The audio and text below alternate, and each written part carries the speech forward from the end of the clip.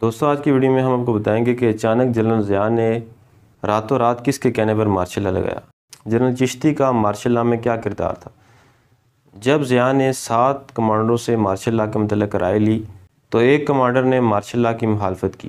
اس کے ساتھ پھر کیا ہوا؟ یہی سب موضوعات ہماری ویڈیو کا موضوع ہے۔ چلتے ہیں ویڈیو کی طرف۔ یہ سیریز بریگیڈیئر محمود کی بایوگرافی سے لی گئی ہے اور یہ ہے قسط نمبر 2۔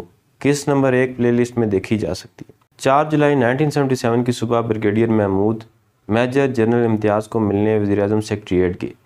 جنرل امتیاز کا نیند کے مارے برا حال تھا۔ پوچھنے پر بتایا کہ کل پوری رات سو نہیں سکے۔ وزیراعظم بھٹو ساری رات اپوزیشن جماعتوں کے لیڈروں سے مذاکرات کرتے رہے۔ جنرل امتیاز خوش تھے کہ مذاکرات کامیاب رہے۔ وزیراعظم بھٹو نے اپوزیشن کے اس مطالبے کو مان لیا تھا کہ الیکشن دوبارہ ہوں گے اور اپوزیشن کی مذاکراتی ٹیم اپنے لیڈروں سے اس نئے ڈرافٹ معاہدے کی منظوری لینے گئی ہوئی تھی، لیکن اسی رات جنرل ضیاء نے بھٹو کی حکومت کا تختہ الٹ کر مارشل لا لگا دیا۔ بھٹو کو حراست میں لے کر مری پہنچا دیا گیا۔ گورنر سرحد جنرل نصیر اللہ بابر کو بھی فوراً ہٹا دیا گیا۔ جنرل بابر نے بریگیڈیئر صاحب کو اس شام فون کیا اور بتایا کہ وہ پیپل پارٹی کو جوائن کر رہے تھے۔ اب تم یہ کیا بیوقوفی کر رہے ہو؟ جب بھٹو نے کہا تھا میری پارٹی جوائن کر لو تو تم نے انکار کر دیا تھا۔ تمہارا کہنا تھا کہ تمہیں سیاست سے کوئی دلچسپی نہیں، اب جب وہ قید میں ہیں تو پارٹی جوائن کرنا چاہتے ہو۔ بریگیڈیئر محمود نے جنرل بابر کو کہا۔ جنرل بابر نے جواب دیا، وہ اور وقت تھا، اب اور ہے۔ اب جب بھٹو صاحب مشکل میں ہیں تو میں ان کے ساتھ کھڑا ہوں۔ جنرل بابر کا جنرل ضیاء سے بڑا گہرا تعلق تھا، لیکن اب وہ بھٹو کے ساتھ کھڑے ہونے کو تیار ہو گئے تھے۔ مارشل لا کے 2 دن بعد بریگیڈیئر محمود اور بریگیڈیئر سلیم اللہ چکلالہ جنرل فیض چشتی سے ملنے گئے جو کور کمانڈر تھے۔ ملاقات کے دوران جنرل چشتی نے میز پر زور سے ہاتھ مارتے ہوئے کہا، اس نے مولوی جنرل ضیاء کو کہا تھا کہ مارشل لا لگا دو۔ جنرل ضیاء میں حوصلہ نہ تھا کہ وہ بھٹو کے خلاف مارشل لا لگاتا یا اس کی حکومت برطرف کرتا۔ میں نے اسے حوصلہ دیا اور اس کا ہاتھ پکڑ کر یہ کام کرایا۔ بریگیڈیئر محمود اپنی کتاب میں لکھتے ہیں، اب انہیں یہ پڑھ کر اور سن کر حیرانی ہوتی ہے کہ وہی جنرل فیض چشتی کہتے پھرتے ہیں کہ مارشل لا لگانے میں ان کا کوئی ہاتھ نہیں، انہوں نے تو جنرل ضیاء کے احکامات پر عمل کیا تھا۔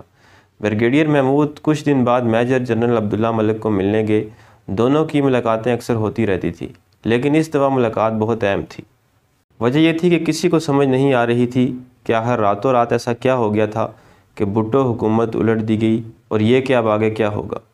جنرل ملک فوج میں سرو کر رہے تھے اور بریگیڈیئر صاحب کا خیال تھا کہ انہیں اندرونی باتوں کا علم ہوگا اور بریگیڈیئر محمود وہی اندرونی باتیں جاننا چاہتے تھے۔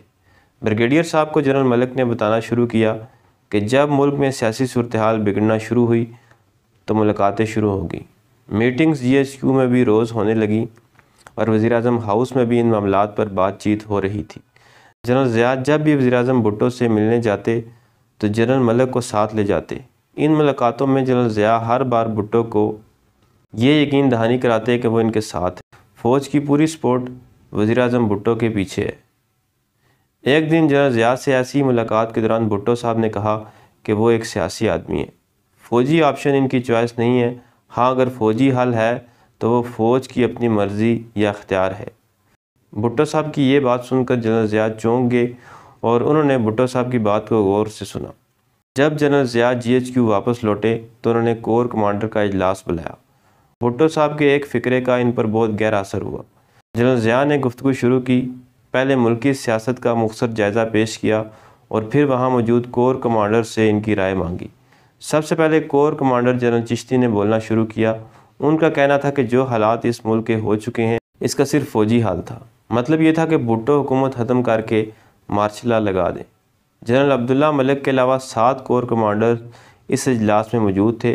سب کا ایک ہی بیان تھا کہ اس پورے مسئلے کا فوجی حل ہے۔ ان سب کی ایک جیسی گفتگو سن کر جنرل عبداللہ کو احساس ہوا کہ غالباً اس اجلاس سے پہلے ہی سب کو جنرل ضیاء نے بریف کر دیا تھا کہ ان سب نے اجلاس میں کیا گفتگو کرنی ہے۔ جب جنرل ضیاء ان 7 کور کمانڈرز کی رائے لے چکے تھے تو انہوں نے جنرل ملک کی طرف دیکھا اور پوچھا، جنرل ملک آپ کیا کہتے ہیں؟ جنرل ملک ایک مشکل صورتحال میں پھنس چکے تھے۔ ایک طرف 7 کور کمانڈر فوجی حل کے حق میں رائے دے چکے تھے اور لگتا تھا کہ جنرل ضیاء بھی یہی کچھ سننا چاہتے تھے۔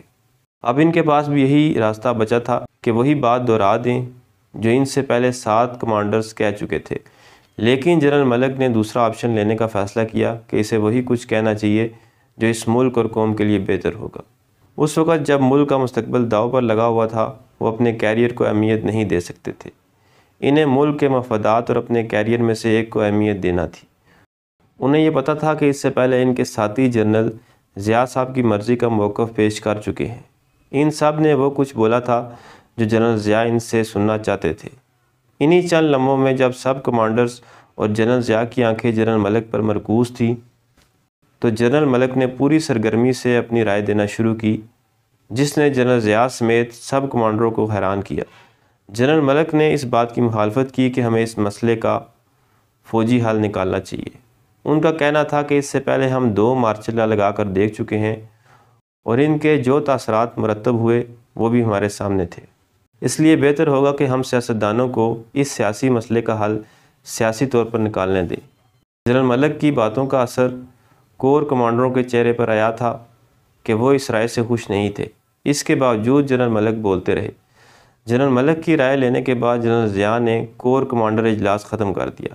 اس اجلاس کے بعد ایک دن جنرل عبداللہ ملک اپنے دفتر میں موجود تھے کہ انہیں وزیراعظم آفس سے ایک فون کال آئی۔